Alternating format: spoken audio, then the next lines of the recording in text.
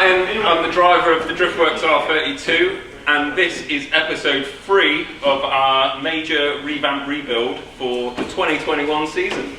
I'm Martin Richards, I'm the driver of the Driftworks R32, 2019 King of Riga, and I'm back. Instincts going no, looking bad like a bat with an eye patch. All black through the woods with a backpack and a lit match. Spark one time, get the whole city looking like a dark city orange when I burn it down. But it is what it do, hopefully get live on the talk of the town. The city got a mouth. And like daylight in the night, and I'm killing so many niggas that really wanna get involved. And everybody falling in it bad like a bat with an eye patch. All black through the woods with... And we're here with Matt from Level Motorsport Wiring, and you are here to rewire the R32. Are you excited? Yeah, it should be fun. Fun. Yeah, so I was planning to build the wiring loom myself, and then over Instagram, Matt contacted me and was like, "Hey, I watch your stuff. If you need any help with anything, give me a shout." Checked him out on Instagram. He came for a chat. We talked through all the options, loads of things, and from that, it ended up he's just going to make the whole wiring loom. It's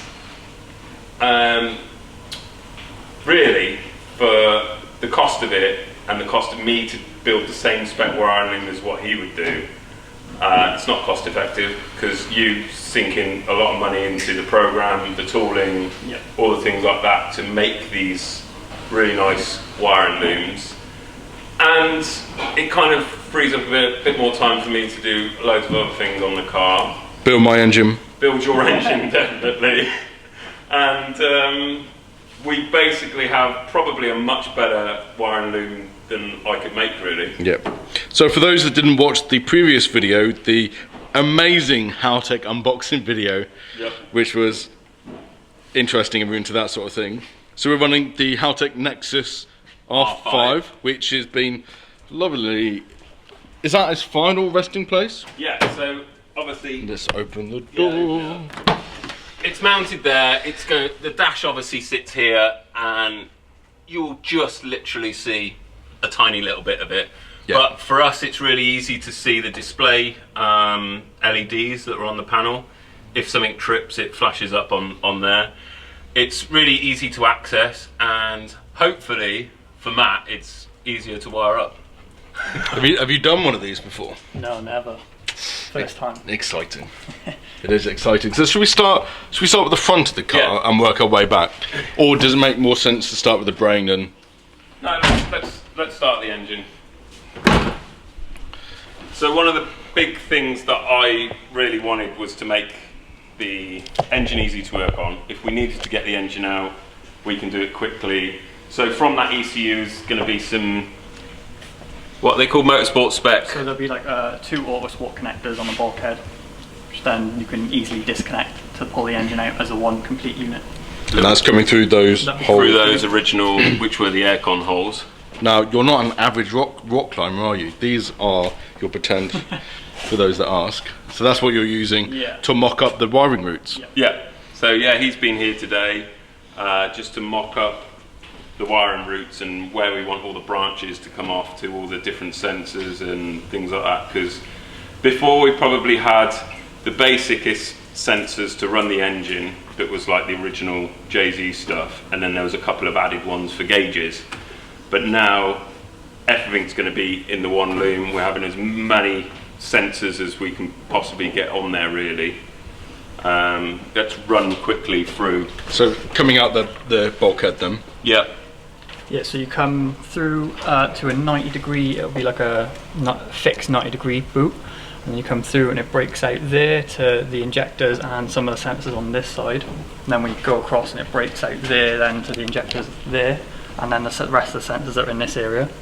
Then it goes up over the rock cover to, there'll be a T breakout boot there, which then will go to the coils. And then running down that side, same again. Oh, is this wire? Yeah, it'll break out on the, just before the alternator and the crank sensor, and then run to all the different sensors.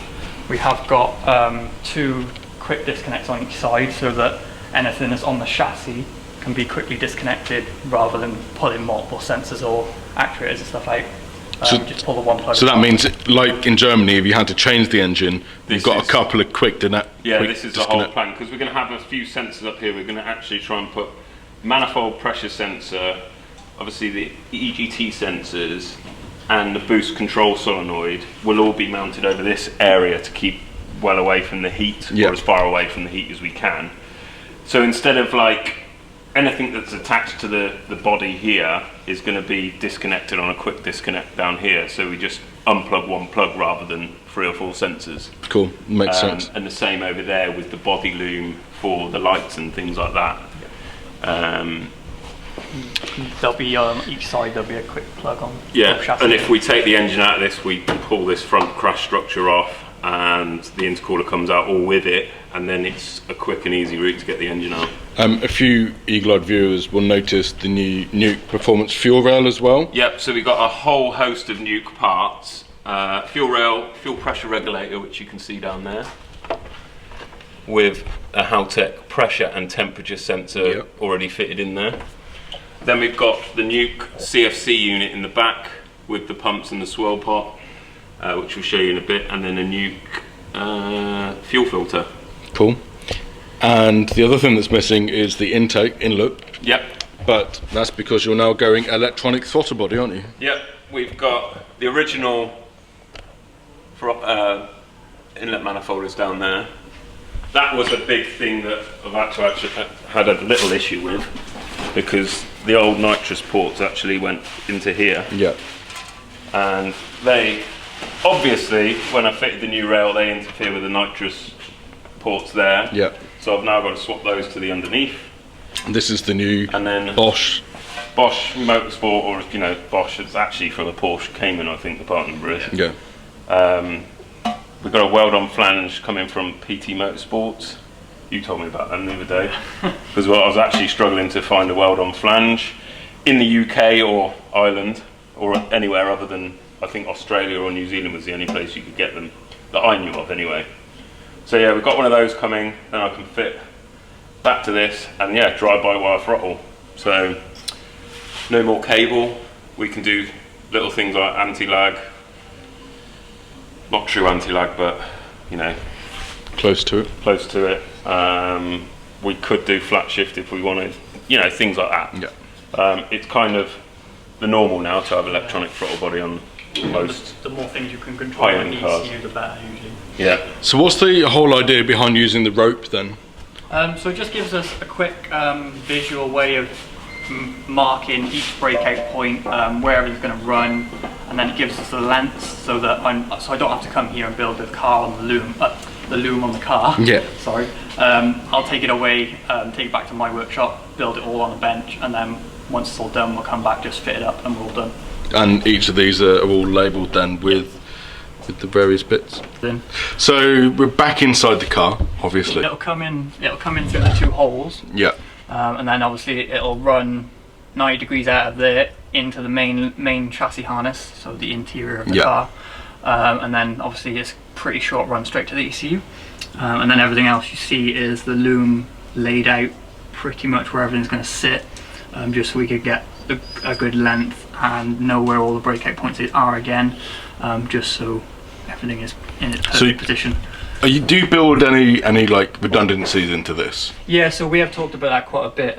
We're going to build in quite a few spares and redundancies, so that if anything needs changing or he wants to add anything later, all it takes is just a quick phone call or something, and I'll make up a quick patch loom, and you can just plug it in and go. So yeah, in here we've tried to really make or build this loom once. If we need to add anything on in the future, we're basically having like a separate box of outputs that can actually just control standard relays if we want to. Haltech have actually told me they're going to release something called an I/O box very soon, which I could then plug into it to add extras, because with the amount of outputs on this car, if we wanted to run any more higher ampage outputs, the Nexus doesn't have that capability. Has it only got 4 outputs? It's got 4 high amperage outputs, which we filled up basically very quickly with the 3 fuel pumps and the wipers, wasn't it? No, so one output is taken up with the coils and the engine powers because it's a main critical power, and then the other 3 were taken up by the 3 fuel pumps, a lift pump and 2 main pumps, so that you can run them staged and PWM. Yeah. So then we've we talked about the extra box that we're putting on for any extras. You'll see some of these branches off here. So we've got the sensors and the bottle heat for the nitrous. We've got an earth there. I think you've got an auxiliary power there, isn't it? We've put. So basically, I want to build like a little box about here. Yeah. That I'm going to put my water bottle in, the phone, and I could probably charge the phone from it as well. And we're also going to have a wire that goes up to a permanently mounted GoPro in the back there, which is something we're really working on to try and get reliable content, because in the heat of the moment, in the heat of the battle, I am so bad at turning cameras on. Yep. Like terrible. Like I forget, or it's just not something I'm thinking about. And we don't have a dedicated media guy come around with us that does all the photos and switches on the cameras and mounts them and stuff. So having a button just makes it easy. Literally, the idea is what we're working with. I think we have to modify the GoPro to do it and work out the wiring strategy for it. Yep. But what I really want to do is a keypad button. We've got enough buttons on the keypad. Is I can literally just press that button, a light's on, I know it's recording. Yeah, and all the GoPros. If we ran 3 GoPros, it could probably switch them all on. We'd probably have to link them all in. Yeah. With a sub harness, but yeah, that's what we're kind of building into the Loom, is a feature to do that. That'd be cool. So, anything else inside of note? We could probably just say that we're trying to make everything modular, so that we can, if there's a part of the car that's damaged or there's a fire or something that's not going to destroy everything, like if the rear end was crashed and the rear loom was damaged, we could just replace the rear harness rather than having to replace the whole thing. So we've made it disconnect at like the rear firewall, the front firewall, and various places that are high impact or dangerous areas. This is another beauty of why Matt's doing this job, is he basically has a computer program that has everything on file for the whole car, all the wiring schematics and everything. If we had an engine fire and it did wreck the wiring loom, he just has to go, he doesn't need to come here again, he can just make a loom straight away. That's cool. And then we pick it up. Same for the back, we're going to have a plug at the back.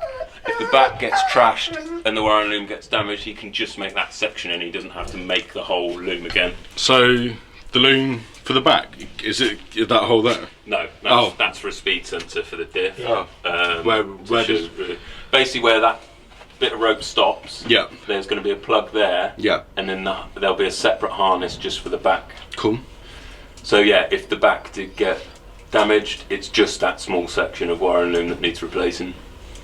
So it's things like this that make it easier for us, and it's probably worth the extra planning and the extra time to make the loom like this, just because it just makes everything easy, modular and easy to work on, and exactly what we want really. Have we done anything in the back? Yep. The CFC unit is installed.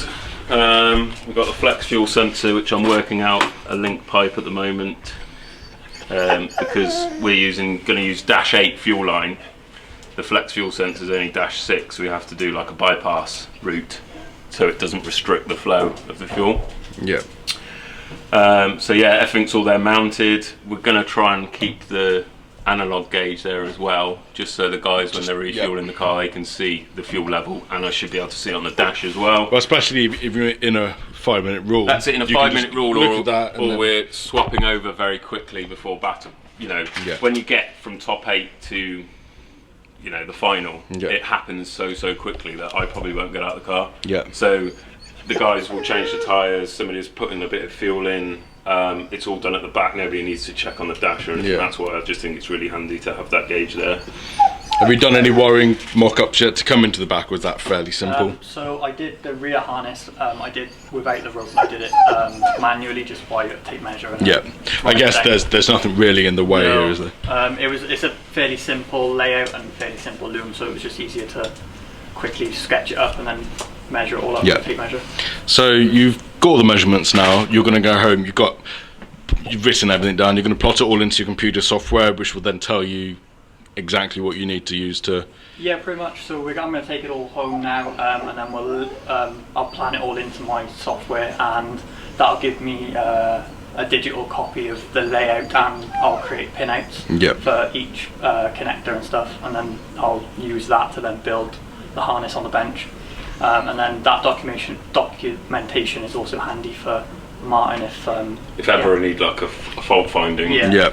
Well, I know exactly, because you're just going to use single colour wire, aren't you? Like white wire. And everything will be, because it's going to be a fairly motorsport orientated harness, everything's going to be fairly sealed and very hard to get to, so we've got to make it so that everything's easily documented from pin to pin, rather than breaking into the harness and having to find a wire. So which is kind of exactly how they do it in most motorsport, and even car manufacturers. You know, if I'm fault finding on a BMW, I don't go picking through the wiring loom.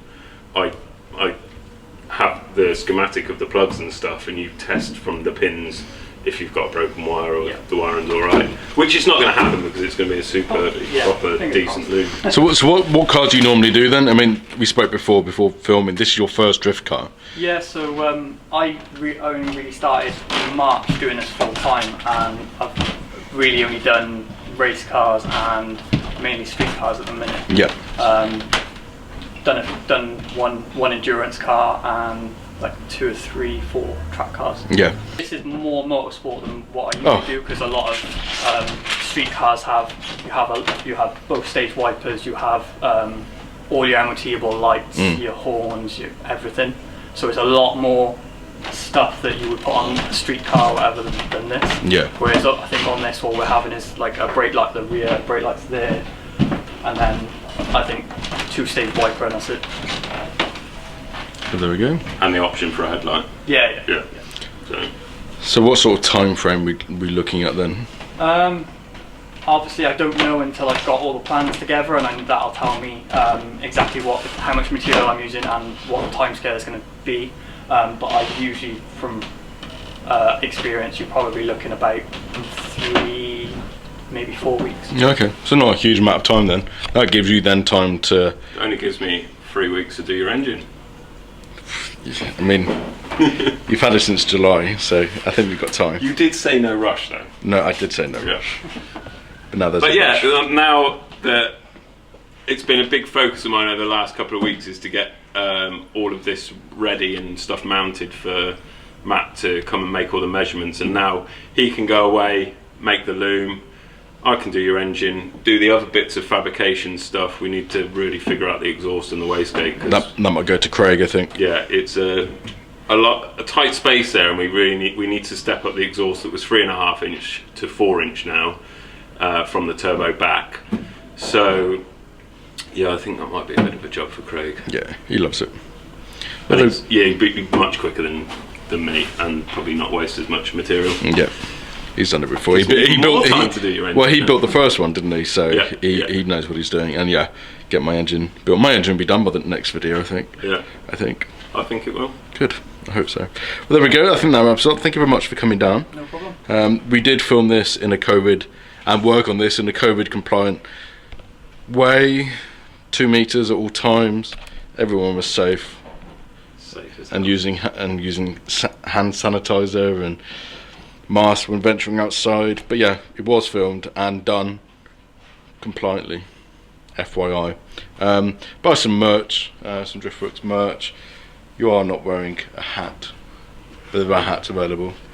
I had a little bit of a major sim session yesterday, so Martin is doing a lot of sim stuff at the moment. You are competing in a touring car-esque sim championship. And the Drift Masters Virtual Championship as well. So both those rounds were yesterday. So I did the racing in the day, and then late afternoon was the Drift Masters one, which I completely sucked at. You did suck, but what I didn't realise is the car that you were using is a near enough identical version of this car, including lots of lag. Quite a lot of lag, and we're working to try and actually replicate the new engine setup in the virtual car as well. Yeah. So it might be slightly improved soon. Might be slightly improved. But yeah, check that out. Check out all the sim driving, Assetto Corsa and Fanatec setup. Yep. Lovely. Well, there we go. Thank you very much. Thank you very much. Like, subscribe, share. Any questions, drop them in the comments. And we'll see you on the next one. See you on the next one. Goodbye. At Driftworks, we've helped over 50,000 happy customers since 2004. Our huge online parts store is simple to use, with superb shipping rates to anywhere in the world, and finance options available for UK customers. We live and breathe wheel fitment, so if you have any questions about your own car or any of our products before placing an order, please drop us an email at shop@driftworks.com or give us a call. Thanks for watching.